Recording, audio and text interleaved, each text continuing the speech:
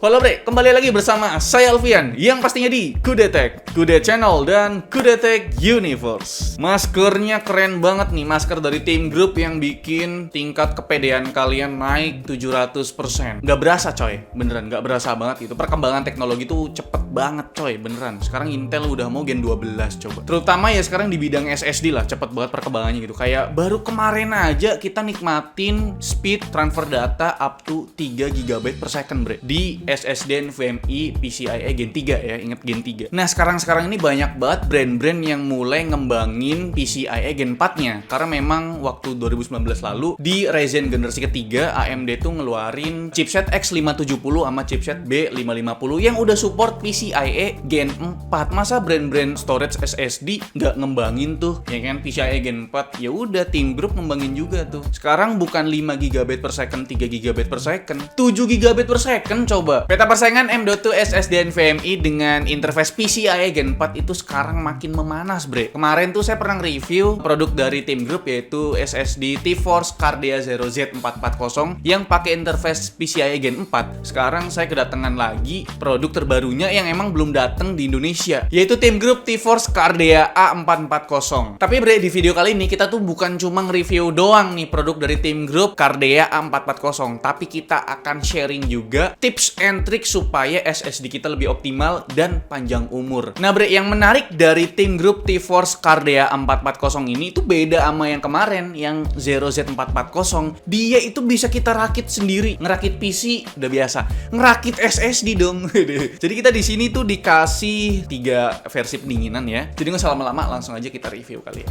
Di paket penjualannya, kita akan mendapatkan unit SSD yang kondisinya masih telanjang gini bre. Lalu ada heatsink tipis khas T-Force yang berbahan grafin. Dan ada satu lagi pilihan heatsink yang lebih tebel dan punya tampilan lebih garang pastinya. Dengan pilihan heatsink yang tersedia, kita dibebaskan untuk menentukan apakah unit SSD-nya akan telanjang aja dengan mengandalkan heatsink bawaan motherboard, atau bisa juga tempel heatsink tipis berbahan grafin untuk mendapatkan efek pembuangan panas hingga 9% jika dibandingkan unit SSD tidak berheatsink. Selain untuk platform PC, T-Force Cardea A440 dengan heatsink setipis 1 mm ini bisa juga dipasangkan di laptop yang punya slot M.2 tentunya. Tapi kalau heatsink bawaan motherboard kalian dirasa kurang menarik, kalian bisa pakai heatsink tebel ini yang udah dipatenkan oleh Team Group, diklaim bakal kasih efek pembuangan panas hingga 15% jika dibandingkan unit SSD nggak berheatsink bre. Heatsink ini pakai bahan aluminium berdesain sirip yang kece badai. Terdapat emboss branding logo T-Force di bagian kiri dan emboss kalimat Cardea PCIe 4.0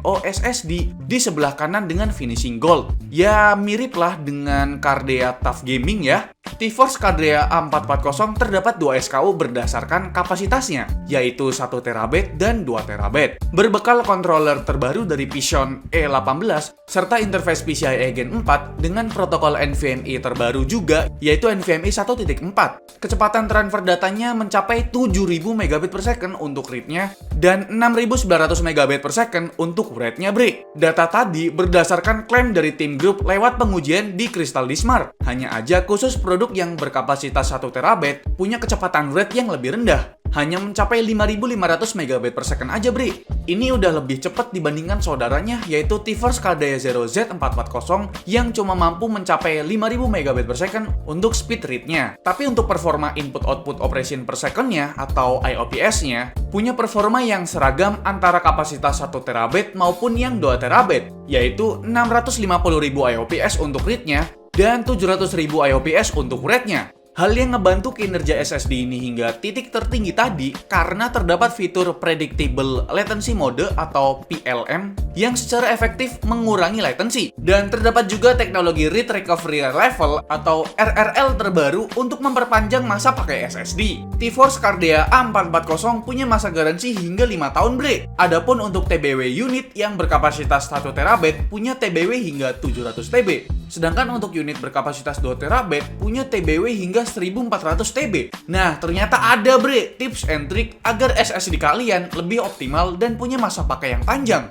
Nah bre, hal pertama pastikan firmware ataupun drivernya udah paling update. Caranya install dulu aplikasi Toolbox SSD sesuai dengan nama bre-nya bre. Misalkan T-Force Cardea A440 ini pakai toolbox dari Team Group yaitu SSD Smart Tool. Di halaman Disk Info terdapat informasi terkait firmware saat ini. Jikalau udah ada firmware terbaru, maka akan ada pilihan update firmware. Karena update firmware pada SSD bersifat manual ya, harap cek secara berkala firmware SSD kalian ya. Misalkan 3 bulan sekali atau 6 bulan sekali gitu. Siapa tahu ada update firmware terbaru biar selalu dapat performa terbaik dari unit SSD kalian. Nah, untuk hal kedua ini, pastikan kalian tuh aktifkan fitur trim. Trim sendiri merupakan sebuah fitur pada SSD yang tugasnya tuh buat ngapus secara permanen data yang terdapat pada blok garbage collection, bre. Sehingga blok tadi bisa diisi dengan data lainnya, bre. Perlu diketahui bahwa tindakan menghapus data pada SSD berbeda dengan hard disk. Jika kita delete data pada hard disk, data tersebut akan dihapus secara permanen. Sedangkan pada SSD, data tadi cuma dipindahin ke blok khusus yang disebut garbage collection. Maka diperlukan tindakan trim untuk membersihkan garbage collection tadi. Sebenarnya pada Windows 10 dan beberapa pabrikan seperti Team Group udah ngaktifin fitur trim command secara default pada unit SSD-nya. Tapi kalian bisa cek manual melalui command prompt ataupun CMD dengan perintah sebagai berikut. Kalau hasilnya 0, maka trim udah aktif. Nah, hal yang ketiga ini, pastikan kalian wajib banget aktifin defrag Windows. Walau cara tadi tuh ya kedengeran nggak disaranin sama sebagian orang emang. Karena umumnya cuma harddisk yang boleh di defrag, bre. Hanya aja pada Windows 10, fitur defrag pada SSD lebih tepat disebut sebagai fitur optimize. Selain itu, pada Windows 10 juga udah terjadwal secara default proses optimize drive kita. Biasanya seminggu sekali. Nah, hal yang keempat ini nih, khususnya bagi user laptop, bre. Selalu aktifkan mode high performance pada pengaturan baterai laptop kalian. Ini bisa menjaga kinerja SSD kalian selalu terjaga di performa terbaiknya. Ya, walaupun nilai minusnya, konsumsi dayanya tentu aja akan lebih besar dibandingkan mode Eco atau mode hemat daya. Nantinya, T-Force Cardea A440 ini akan bersaing langsung dengan SSD Samsung 980 Pro dan juga SSD WD Black SN850 yang punya performa identik atau sama, bre. Soal harganya, sayangnya T-Force Cardea A440 belum tersedia nih di pasar Indonesia. Kalau ngelihat harga di Amazon.com, varian 1TB punya harga 179 USD dengan tambahan biaya 53 USD untuk biaya kirim dan perpajakan. Anggaplah jadi 232 USD atau sekitar 3,3 juta. Itu udah jelas harga yang bagus kalau kita bandingkan dengan Samsung 980 Pro varian 1TB di marketplace lokal punya harga 3,3 jutaan juga. Sedangkan untuk WD Black SN850 varian 1TB punya harga sekitar 3,5 jutaan, bre. Tapi perlu diingat, kita udah dikasih dua pilihan heatsink di paket penjualannya. Ini bakal jadi nilai jual utama dari T-Force Cardea A440 tentunya. Jadi ya kira-kira itu deh, bre, gimana caranya mengoptimalkan SSD dan nambah umur pastinya kan. Ya siapa tahu nambah umur kan, amin gitu kan. Dan sekarang kita akan lihat untuk performance dari SSD Team Group ini yaitu T-Force Cardea A440 yang udah pakai interface PCIe Gen 4. Di sini pertama kita pakai software Crystal Disk Mark 6 ya kan, dan kita bandingkan dengan pendahulunya yaitu Cardea Zero Z440 yang sama-sama pakai PCIe Gen 4. Kalian bisa lihat di sini untuk read-nya sesuai dengan klaim dari Team Group yaitu 7082 MB per second. Gokil nggak tuh? Dan untuk beratnya, karena memang ini yang versi 1 TB, Team Group ngeklaim dia 5100, tapi di sini tembus sampai 5300 MB per second. Sedangkan buat yang Cardea Zero Z440 cuma 5000 MB per second atau 5 Gbps, dan untuk rate-nya di 4000 MB per second. Jadi memang beda banget ya, jauh banget, beda 2000 atau 2 Gbps loh. Dan pengujian yang kedua menggunakan software HD Tune Benchmark. Di sini kita lihat untuk grafiknya ya, transfer datanya gimana, dan kalian bisa lihat untuk transfer rate-nya minimumnya untuk Cardea A440 adalah 1500 MB per second dan untuk maksimumnya berada di 2300 MB per second. Sedangkan untuk Cardea Zero Z440 itu minimumnya cuma 786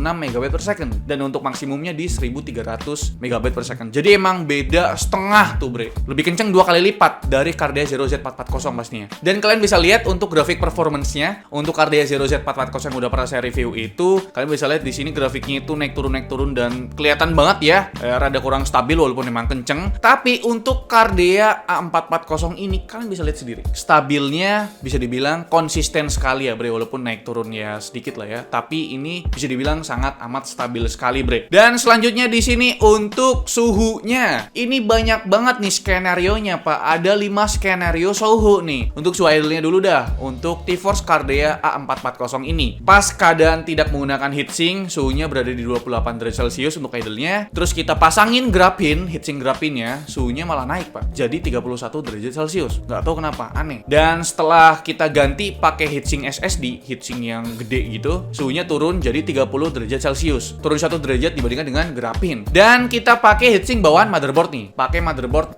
Gigabyte Aorus ya, turun menjadi 28 derajat Celcius. Nah ini nih yang paling keren banget nih, kita pasangin grapin dan juga pasangin SSD, turun menjadi 23 derajat Celcius. Gila, itu adem banget buat kelas SSD NVMe PCIe Gen 4. Oke, itu suhu idle-nya sih ya. Next, untuk suhu maksimalnya nih ya kan, suhu maksimumnya nih. Ada 5 skenario juga nih. Banyak banget emang, pusing banget saya nih. Tidak pakai heatsink, suhunya mencapai 64 derajat Celcius. Ini kita tes benchmark Crystal Diskmark ya. Jadi emang skenario terburuk lah. Terus kita pasangin grapin heatsink bawaan Team Group, turun menjadi 61 derajat Celcius. Dan kita ganti tuh pakai heatsink bawaan SSD yang tebel tuh kan. Turun, drastis banget turunnya, jadi 48 derajat Celcius. Gokil. Dan oke, kita ganti pakai heatsink bawaan motherboard Gigabyte Aorus Elite ya. Turun dari 48 menjadi 45 derajat Celcius. Jadi memang heatsink bawaan motherboard memang gede dan panjang ya. Sedangkan heatsink bawaan Team Group ini ya gede tapi nggak panjang gitu loh. Makanya dia beda suhunya. Dan kita ganti pakai grapin sama pakai heatsink bawaan Team Group. Double blower, gila nggak tuh pendinginannya tuh bener-bener ekstra double plus dah pokoknya kan. Ya sama ternyata jadi 45 derajat Celcius. Jadi emang sebenarnya kalau misalkan kalian motherboardnya udah ada heatsinknya, ya heatsinknya itu udah bagus, heatsink bawaan Mobo. Tapi kalau nggak ada, kayak laptop contohnya kan, ya bingung kan. Makanya Team Group ngasih 2 opsi. Ya kamu bisa pakai grapin nih bre, kalau misalkan user laptop. Nah kalau misalkan user PC atau PC desktop, kamu bisa pakai grapin plus heatsink, biar pendinginannya ekstra double blower plus. Makin adem kan. Ingat loh, ini pakai interface PCIe Gen 4 yang mana itu bisa menghasilkan panas yang berlebih. Karena memang kan kenceng banget tuh transfernya, speednya tuh kenceng banget, makanya bisa panas gitu loh. Itu aja review dari saya mengenai SSD dari Team Group, yaitu T-Force Cardea A440, dan tips and trick gimana cara mengoptimalkan SSD dan nambah atau memperpanjang masa umur SSD. Ya tadi gitulah kira-kira. Like video ini kalau kalian suka, dislike kalau nggak suka tapi jangan di dislike, dan jangan lupa untuk tekan tombol subscribe ya warna merah kalau misalkan kalian belum subscribe channel ini. Saya Alfian selaku host di channel ini mengucapkan terima kasih. Sampai jumpa di lain video.